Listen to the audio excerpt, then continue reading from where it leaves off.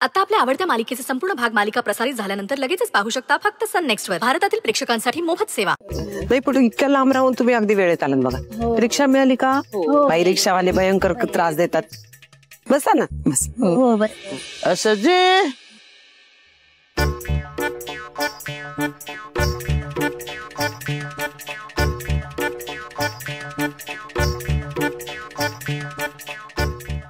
धरमजी आले का? धरमजी धरमजी धरमजी धरमजी धरमजी आई धरमजी कुठे गेले? आवाज ऐकला मी त्यांचा आणि चला हाम रे बाबा, आज माझी दुसरी इच्छा पूर्ण होणार आहे बहुतेक. काय चला चला काय कर्म तरी माझं बाई. शोधते कोणाला आणि समोर आले कोण. आता नाही आता नाही.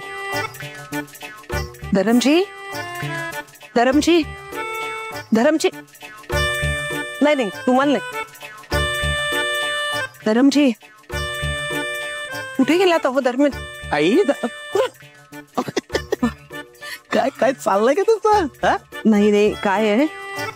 धरमजी आलेत. मित्र कोणाला सांगू नका कोणाला सांगू नका. पण मग कुठे दिसत नाहीये तो. कुठे ऐकते? तेच तर शोधतेय ना. त्याचा आवाज आला मला म्हणून शोधतेय मी. आई अहो पण तो कसा येणार? का? तुम्ही लग्नाची निमंत्रण पत्रिका दिली का त्याला? नाही. मग कसं येणार? नाही नाही पण ते येतात येतात ते. बघा ना त्या दिवशी मेहंदीच्या दिवशी स्वामी कुठे बोलवलं होतं. आले बाई ते. माझ्या कानात आवाज आला ना त्यांचा. अशू तसं ओढाले ते. आणि त्या दिवशी रात्री सुद्धा आले होते बघा भेटायला. तेव्हा तरी कुठे मी बोलवलं होतं. माझी इच्छा म्हणून आले ना. तसा आता पण मी आवाज ऐकला ते येणार हो. बघा तुम्ही ऐका ना. तुम्हाला जर दिसले मला येऊन सांगा. म्हणजे बाकी कुणाला सांगू नका. तू सांगणार सगळ्याच आधी तुम्हालाच सांगणार. तुम्हालाच सांगणार. मी म्हणलं ना ते आले. मला आवाज येतोय कानामध्ये. आता मंगलाष्टकाच्या विधीला सुरुवात करूया.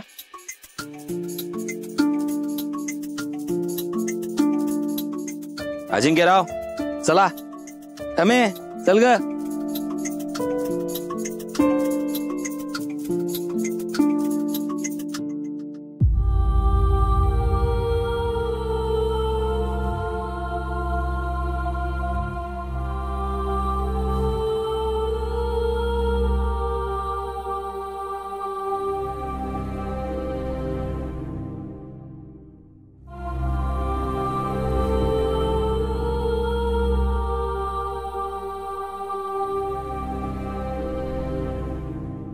स्वस्ति श्री गणनायकं गजमुखं मोरेश्वरं सिद्धिदं बल्लाळो विनायकमणं लेण्याद्रिगिरिजात्मकं सुवरदम् चिंतामणि सेवरं शुभमंगल सावधान.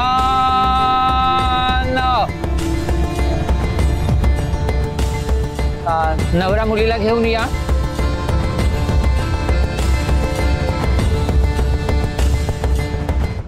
आई तुमचा धर्मेंद्र भेटला का?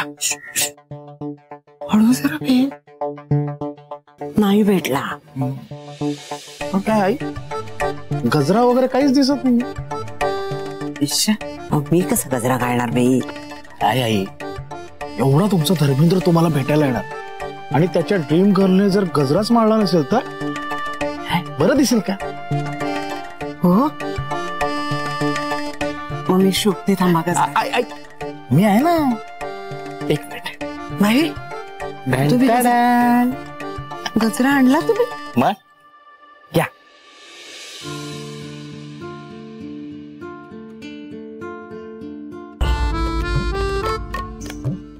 घालू का? घालू.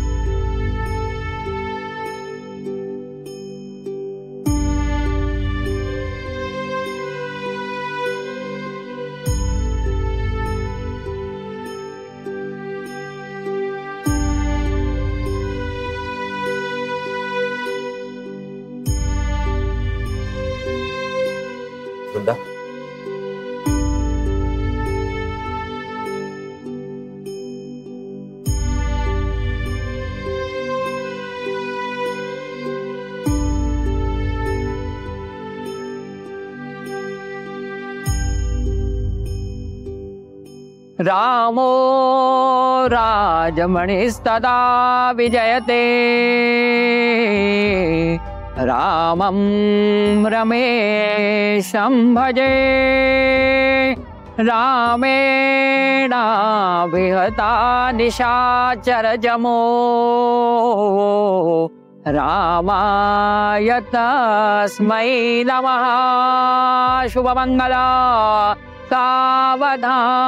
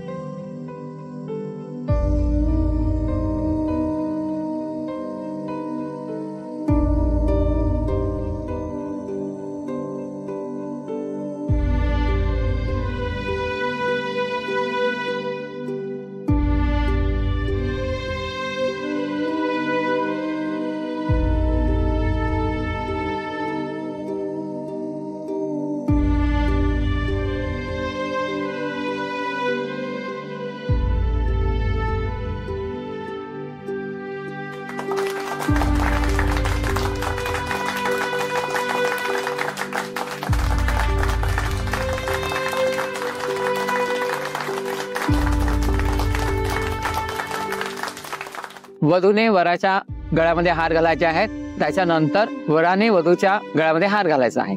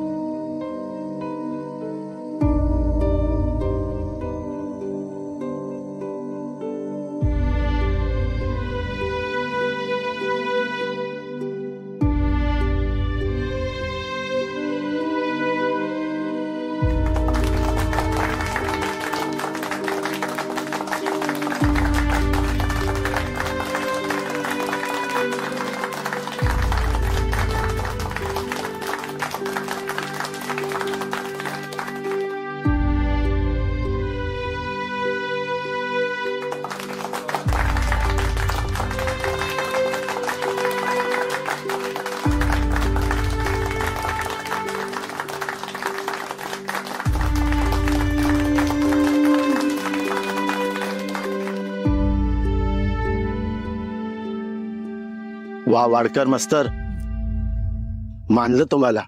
नाही म्हणजे मुलीचं लग्न पुन्हा लावून दिलं, तिच्या संसाराची घडी तुम्ही पुन्हा मांडून दिली, हे अगदी योग्य केलं। हो ना, वय तरी काय तिचं, साथीदार हवाच ना हो। पुढच्या पोरीला बाप असला की फरक पडतोच ना। नवरा मुलगा सुद्धा तुम्ही अगदी योग्य निवडलात हा। आम्ही ऐकलंय त्यांच्याबद्दल, मोठा फेमस वकील आहे हा। हो ना, कायम न्यायाच्या बाजूने उभे राहतात। अहो मास्तरांना शोभेला असा जावई मिळाला म्हणायचा। अभिनंदन मास्तर, अभिनंदन।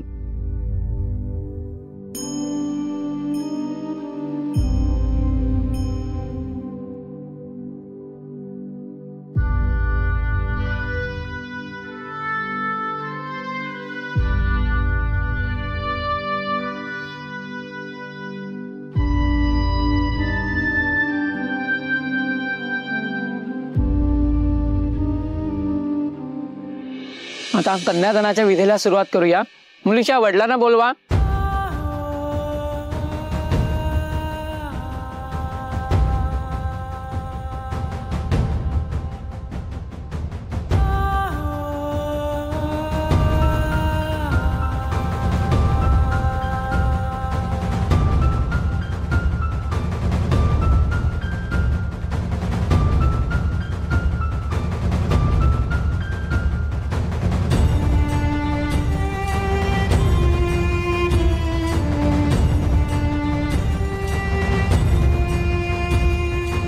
वडिलांच्या जागी भावाने कन्यादान केलं तर चालेल का? हरकत नाही, पण मुलीचे वडील आहेत ना.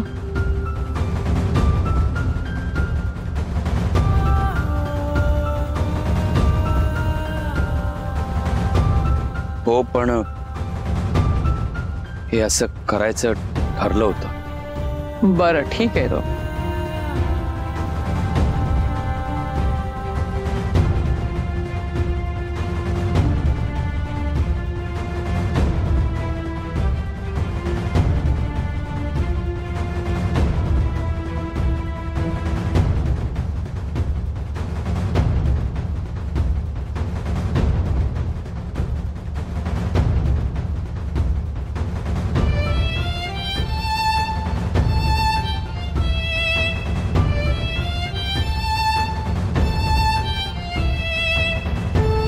असं आपण आता कन्यादानाच्या विधीला सुरुवात करूया.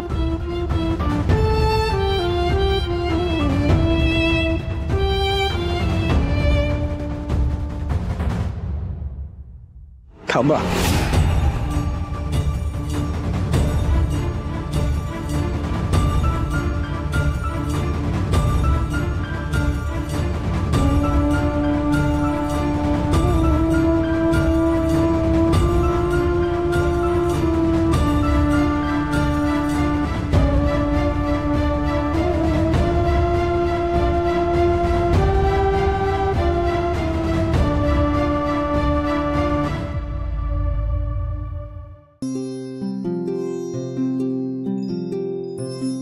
वृंदा, मला माफ कर.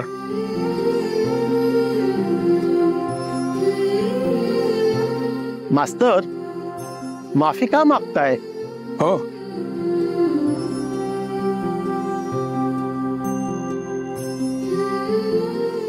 नाही, मी शेवटच्या क्षणापर्यंत वृंदाला, ओवीला आणि घरातल्या सगळ्यांनाच द्विधा मनस्थितीमध्ये ठेवलं.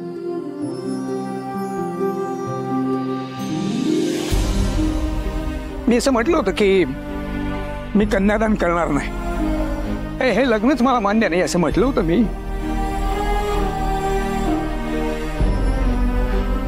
पण तसं म्हणण्यामागे माझं काहीतरी एक ठोस कारण होतं.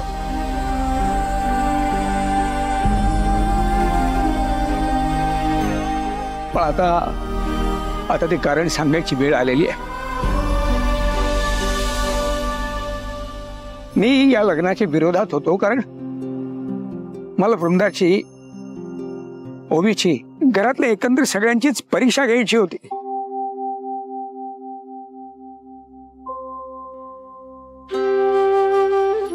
तुम्हाला कुठल्याही प्रकारची कल्पना न देता परीक्षा बघितली त्याबद्दल मला तुम्ही सगळ्यांनीच माफ करा, खरंच माफ करा.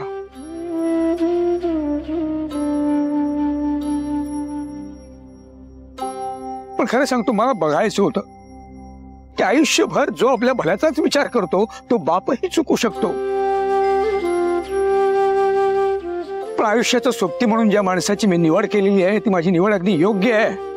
हा वृंदाचा विश्वास शेवटपर्यंत कायम राहतो का हे बघायचं होतं मला.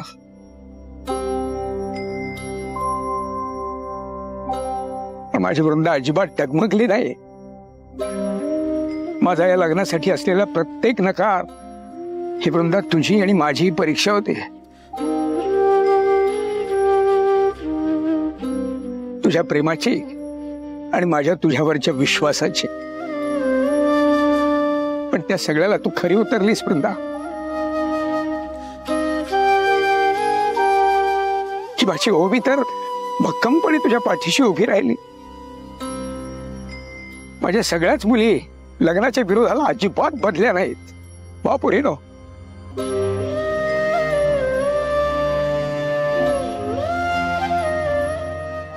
ही माझी ओवी तर वृंदा तुझ्या सुखासाठी बापाशी भांडली. पण माझी आता खात्री पडली, खरंच खात्री पडली आहे की मी आता या जगातनं निघून जरी गेलो तरी बहिणींच्या सुखासाठी ती अख्ख्या जगाशी भांडेल. आई झाली आहे ती आता. नाही, आई नाही, तुमच्या सगळ्यांची बाप झाली आहे ती. कणखर, पण तितक्याच हळव्या मनाचा बाप.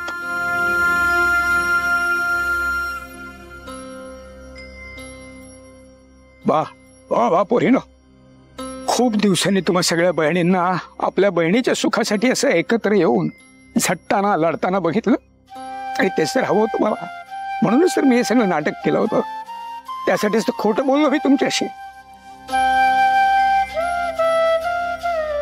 माफ करा, म्हणजे मी तुम्हा सगळ्यांचं मन दुखावलं असेल, पण खरं सांगतो मला मनापासून वाटत होतं की माझ्या प्रत्येक नकारावरती तुम्ही सगळ्यांनी असं जिद्दीने आणि हट्टाने उभं राहावं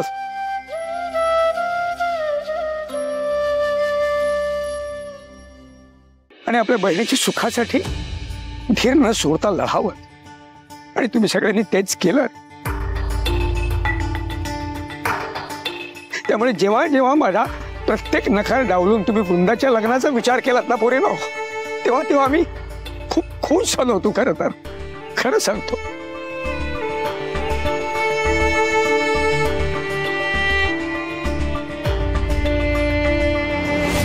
लग्नाची पत्रिका पाहिली मी आणि मार्कही दिले.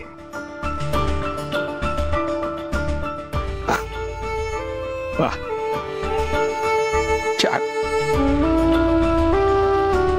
मायना आणखीन छान होऊ शकलास. 10 पैकी 9 मार्क.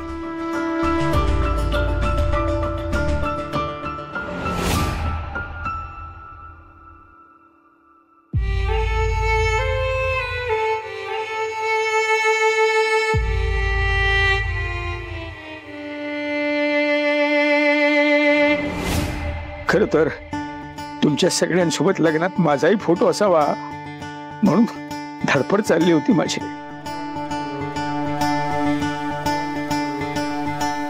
ऐका ना, बरं ऐका ना, माझं जरा एक काम होतं तुमच्याकडे थोडंसं. माझे ना 4 वेगळे असे छानसे फोटो लग्नामध्ये काढा. बरं, माझे ते फोटो या सगळ्यांबरोबरच्या फोटोमध्ये असे त्यांच्या सोबतच असे एकत्र ऍडजस्ट करता येतील ना? म्हणजे असं करता येतं ना? हो, करता येतं ना. बस बस, मग तसे माझे जरा लग्नात आठवणीने 4 वेगळे असे छान फोटो काढा. वेगळे कशासाठी? तुम्ही तर वडील आहात ना मुलीचे. सांगतो ते करा ना. फक्त माझे वेगळे 4 असे छानसे फोटो काढा तुम्ही. चालेल, सांगतो ते करा आठवणीने. हो हो, या.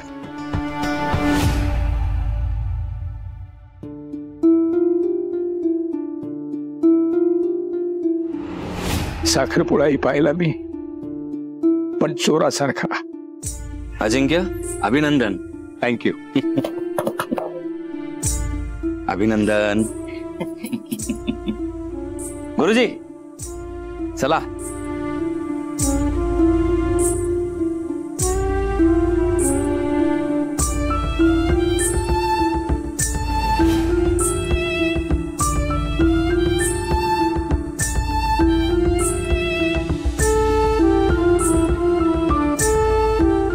माझ्या वृंदाच्या अंगाला माझ्या हातून हळद लागली नाही मग खरं तर काळीच तुटत होतं माझं. पण माझ्या लेकींची एकी पाहून बरंही वाटलं मला.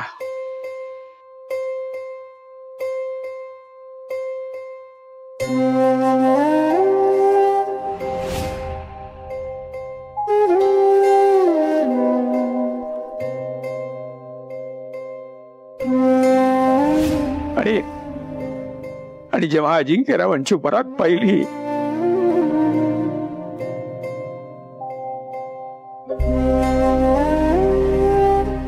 तेव्हा अनुपमाला जे कौतुक वाटलं असतं तसंच कौतुक मलाही वाटलं.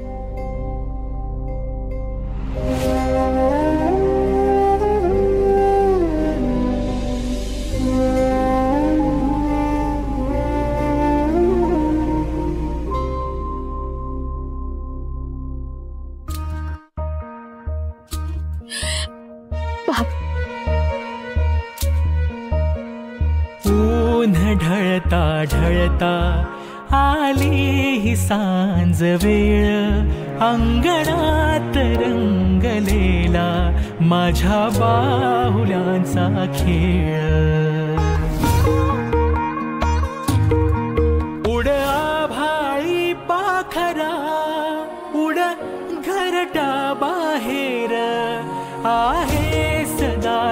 तुझ्यासाठी तुझ हक्काचं